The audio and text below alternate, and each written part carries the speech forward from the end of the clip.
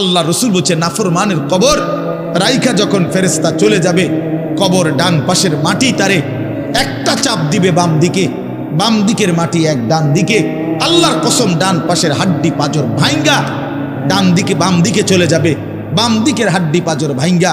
রাসূলুল্লাহ সাল্লাল্লাহু আলাইহি ওয়াসাল্লাম বলছে বন্ধু দেখেন, হাত্তা তাখতালিফা আদলাউহু, এই দুই আঙ্গুল যেভাবে এভাবে একটার ভিতরে ঢুকে গেছে, খোদার কসম ডান পাশের হাড্ডি পাঁজর বাম পাশের হাড্ডি পাঁজর এইভাবে একটার ভিতরে ঢুকে যায়।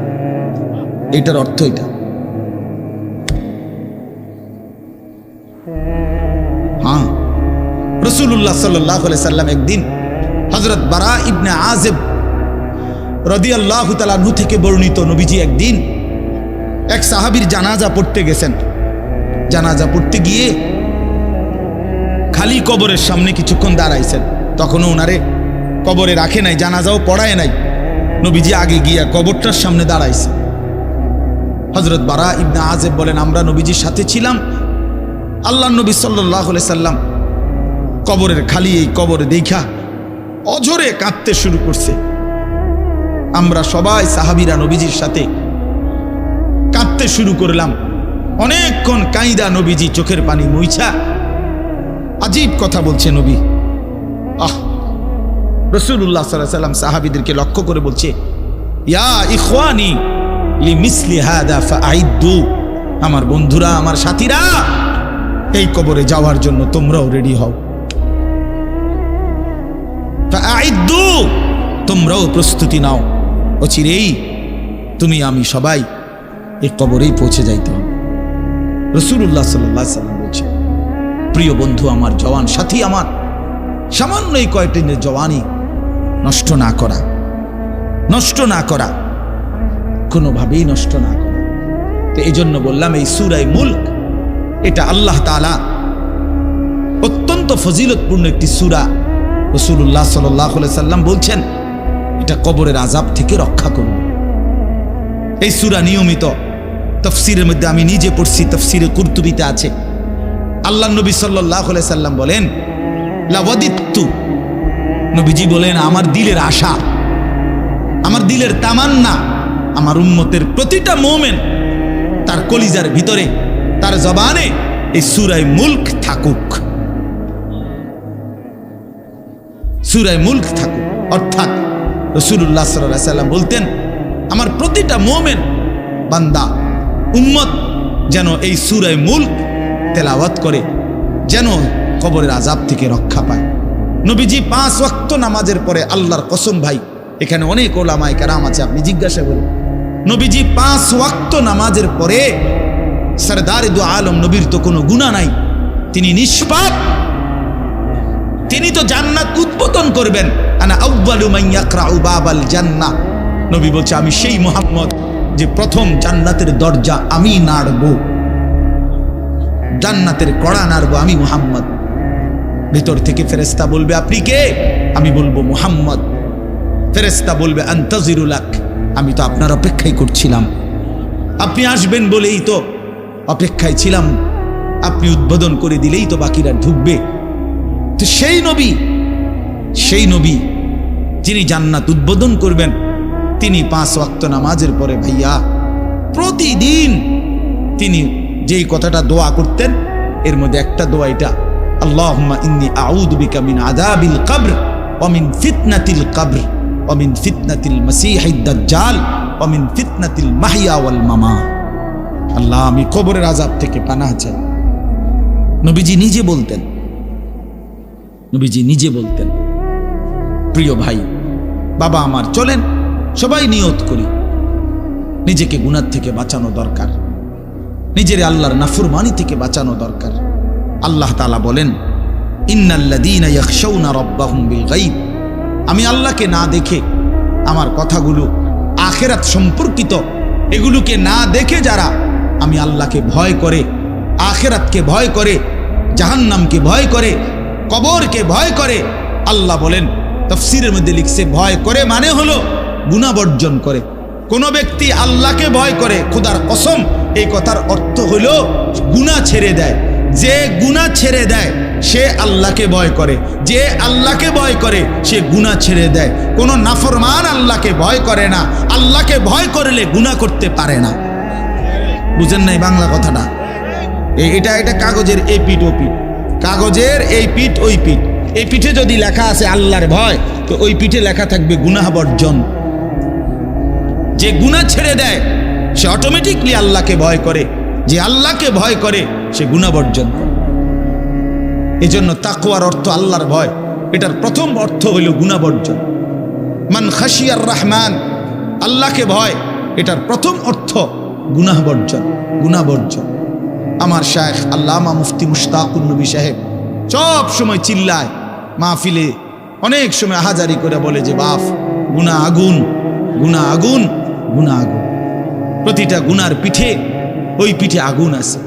নারীর প্রতিটা বেপর্দা দৃশ্যের মধ্যে খোদার কসম আগুন জ্বলে। ওই সিনেমার নর্তকীর শরীরে আগুন জ্বলে, ওই নায়িকার শরীরে আগুন জ্বলে, মোবাইলের ওই অস্থির ছবির মধ্যে আগুন জ্বলে, মদের আড্ডায় আগুন জ্বলে, জুয়ার আড্ডায় আগুন জ্বলে, সুদের টাকায় আগুন জ্বলে, ঘুষের টাকায় আগুন জ্বলে, বেপর্দা নারীর শরীরে আগুন জ্বলে। ওইটা রূপ না, ওইটা আগুন, ওইটা জাহান্নাম, ওইটা জাহান্নাম। আল্লাহ তাআলা বলেন ইন্নাল্লাযীনা ইয়াখশাউনা রাব্বাহুম বিল গায়ব। আল্লাহ তাআলা বলেন আমার যে বান্দারা আমার আখিরাত, আমার জাহান্নাম, আমার পরকাল, আমার কবর, এই কথাগুলোকে ভয় করে, আমি আল্লাহকে ভয় করে, না দেখে আল্লাহ বলেন আমি ওয়াদা দিলাম লাহুম মাগফিরাতুম ওয়া আজরুন কাবীর, আমি তাদের পেছনের সব গুনাহ মাফ করে দেব আর আমার সবচেয়ে বড় পুরস্কার জান্নাত দিয়ে দেব। এখানে এটা এমন শব্দ না যে কিছু শব্দ তো আছে একটা শব্দের সাথে আরেকটা বলছে অর্থহীন, যেমন কলম টলম। তো এটা সবাই বুঝে যে টলমের কোনো অর্থ নাই। কাগজ টাগজ, তো কাগজের অর্থ নাই। কিন্তু শিক্ষা দীক্ষা এমন না, শিক্ষা শব্দের উল্টা না। এটা এমন না যে এটা শিক্ষার উল্টা কিছু না, এটা আলাদা শব্দ। শিক্ষা দীক্ষা যেমন আমরা অনেক সময় বলি যে নামাজ রোজা, লোকটা নামাজ রোজায় ভালো, তো এর দ্বারা কি শুধু নামাজ আর নামাজের উল্টা শব্দ রোজা না, এটা একটা আলাদা কি আমল। নামাজ একটা ইবাদত, তো রোজা একটা ইবাদত। তো শিক্ষা এটা একটা বিষয়, দীক্ষা এটা একটা বিষয়। শিক্ষা তো তালিম, দীক্ষা এটা তরবিয়ত, আখলাক।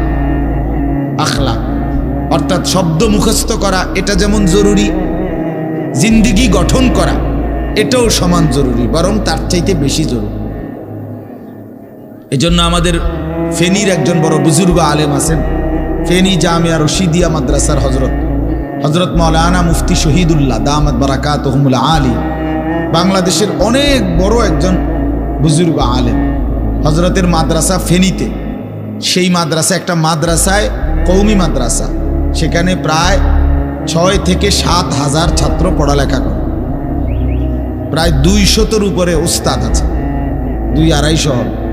তো এই জন্য বললাম যে হজরত সবসময় বলে যে পড়া মেধা অনুপাতে কম বেশি হইতে পারে, আখলাক বরাবর হইতে হবে। আখলাক, ছাত্র মেধাগত যোগ্যতার কারণে কেউ রুল নাম্বার 1, কেউ রুল নাম্বার 10, কিন্তু আদব আখলাক বরাবর বরাবর হওয়া চাই। আমরা এটা খুব খেয়াল করি না। আজকে সবাই মনে করে বাচ্চার পড়ালেখা হচ্ছে, ঠিক আছে, পড়তেছে, যাইতেছে, আসতেছে, ছেলেটা পড়তেছে, রেজাল্ট আসছে, কিন্তু আখলাক কোথায়? যে ছেলেটা কখনোই প্রস্রাব করে টয়লেট পেপার ব্যবহার করে না, দাঁড়িয়ে বসে প্রস্রাব করার ক্ষেত্রে কোনো পার্থক্য করে না, তো তার আখলাক, তার জীবন গঠন হইল কই? শব্দ না মুখস্থ হইল? শব্দ না মুখস্থ হইল? যে ছেলেটা তার মোবাইলের মধ্যে রাত দিন নাচ গান ছবি জিনা ব্যভিচারের দৃশ্য অথবা শুধু শুধু অনর্থক মোবাইলটা টিপল, তো পড়া তো মুখস্থ করলো, কিন্তু আখলাক কই হইল? আখলাক কই হইল? 3 বছরের বাচ্চার হাতে মোবাইল দিয়ে দিছে, 2 বছরের বাচ্চার হাতে অভিভাবক মোবাইল দিয়ে দিছে, মানে খামখেয়ালির এক জিন্দিগি। এক সন্তান গঠন কিভাবে করতে হয় মুসলমান তাও জানে না। বাচ্চাকে টেলিভিশনের হাতে তুলে দিছে, টেলিভিশন দেখে দেখে শেখো। বাচ্চাতে সমবয়সীদের হাতে তুলে দিছে যে সমবয়সী বন্ধুদের সাথে আড্ডা দিতে দিতে যা শেখো। এটা কখনোই কি না, নিয়ম না। রাসূলুল্লাহ সাল্লাল্লাহু আলাইহি ওয়াসাল্লাম বলছেন, কুল্লু মাউলুদিন ইউলাদু আলাল ফিতরা, প্রত্যেকটি মানব সন্তান আল্লাহকে মানার শতভাগ যোগ্যতা নিয়ে পৃথিবীতে ভূমিষ্ঠ হয়। কোরআন শরীফে আল্লাহ তাআলা বলছেন, ফিতরাতাল্লাহিল্লাতী ফাতারান নাসা আলাইহা, কোরআনের আয়াত। আল্লাহ তাআলা বলেন, দিন মানার পুরা যোগ্যতা দিয়েই আমি আল্লাহ মানুষকে সৃষ্টি করেছি। আল্লাহ তাআলা এমন একটি হুকুম করে নাই, এমন একটা বিষয় নিষেধ করে নাই যা পালন করার যোগ্যতা কিংবা বর্জন করার যোগ্যতা আল্লাহর বান্দার শরীরের মধ্যে নাই, এমন কোনো বিধান নেই। আমার মধ্যে রুকু করার যোগ্যতাই নাই, অথচ আমারে রুকু করতে বলছে, অথচ আমার কোমর বাঁকা হয় না, বিষয়টা এমন না। আমি সেজদাই দিতে পারি না, আমার হাঁটুও বাঁকা হয় না, কনুইও বাঁকা হয় না, কোমরও বাঁকা হয় না, অথচ আল্লাহ আমারে বললেন সেজদা দিতে। বিষয়টা কি এমন? কথা বুঝছেননি আমার কথাটা? আমারে বানাইলেন তাল গাছ, আমারে বলতেছেন সেজদা দিতে। এইটা বললে না জুলুম হইতো, এটা বললে না জুলুম হইতো। কিন্তু আল্লাহ তাআলা যতগুলো হুকুম করেছেন, যতগুলো নিষেধ করেছেন, প্রতিটা হুকুম পালন করা, প্রতিটা নিষেধ বর্জন করার 100 যোগ্যতা আল্লাহ তাআলা বান্দার শরীরের মধ্যে দিয়েছে। কোরআনুল কারীমের মধ্যে আছে, আল্লাহ তাআলা বলেন, বান্দা আমি তোমাকে বানিয়েছি নাবতালিহি, পরীক্ষা করার জন্য, আর পরীক্ষায় উত্তীর্ণ করার উপযোগী। ফাজআলনাহু সামিআম বাসীরা, আমি আল্লাহই তোমাকে শুনবার জন্য কান দিয়েছি, দেখবার জন্য চোখ দিয়েছি। তাফসীরের মধ্যে লিখছে, অর্থ হইল আমাকে মানবার পুরা যোগ্যতা সম্পূর্ণ শরীর দিয়েছি। ওযু, গোসল, নামাজ, রোজা, হালাল হারাম, পাক নাফাক সব কিছু বান্দা পালন করতে পারবে এমন যোগ্যতা দিয়ে তারে মানুষ বানাইছে। মানুষ হইবার পরে, মুসলমান হওয়ার পরে কেউ যদি বলে আল্লাহর এই হুকুম পালন করা আমার পক্ষে সম্ভব না, তাহলে এটা হইতে পারে তুমি ছাগল, মানুষ না। তুমি গরু ছাগল ছাড়া আর কিছু না, তুমি মূলত হাইওয়ান। ইনসান হইলে পারতা, তুমি যদি মানুষ হইতা তা ঠিকই পারতা, তুমি যদি মানুষ হইতা তো পারতা। মূলত তুমি নিজের মানুষ এই পরিচয় ভুলে গেছো। তো এই জন্য বাপ আল্লাহ নবী সাল্লাল্লাহু আলাইহি সাল্লাম বলেন, ফাআবাওয়াহু ইউহাব্বিদানিহি আও ইউনাসসিরানিহি আও ইউমাজ্জিসানিহি, মা বাপ সন্তানকে ইহুদি বানিয়ে দেয়, অথবা খ্রিস্টান বানিয়ে দেয়, অথবা অগ্নি পূজক বানিয়ে দেয়। সরাসরি হাদিস, বাবা মা নষ্ট করে দেয় সন্তান। রাসূলুল্লাহ সাল্লাল্লাহু আলাইহি সাল্লাম বলছেন, বাবা মা 3 বছরের বাচ্চাটা ছোট্টবেলা থেকেই ঘরে টেলিভিশন দেখে, রঙিন সিনেমা দেখে, নাটক সিনেমা দেখে, তারে এটা শিখাইবার ক্ষেত্রে কে ব্যবস্থা করে দিল? তার মা বাপ। এ তো 3 বছরের বাচ্চা বাজার থেকে কিনে আনে নাই, টেলিভিশনে এত বড় এটা তো বাচ্চাটা আনে নাই, এটা তো তার অভিভাবক আছে। এই 3 বছরের বাচ্চাটারে কার্টুন দেখার জন্য, গেমস খেলার জন্য এত বড় মোবাইলটা, এটা তো তার বাবাই দিছে, অথবা তার মা, তার দুলা ভাই, তার বড় ভাই, তার চাচা, এমন কেউ একজন তার হাতে তুলে দিছে। এজন্য আমি সবসময় বলি, যেই মা বাপ, অভিভাবক সন্তানের, অপ্রাপ্তবয়স্ক সন্তানের হাতে এই বড় মোবাইলগুলো তুলে দেয়, এই মা বাবার চাইতে বড় জালেম আর কেউ নেই। ওরা নিজ হাতে সন্তানকে গলা টিপে হত্যা করে ফেলে, ধ্বংস করে দিল, বরবাদ করে দিল।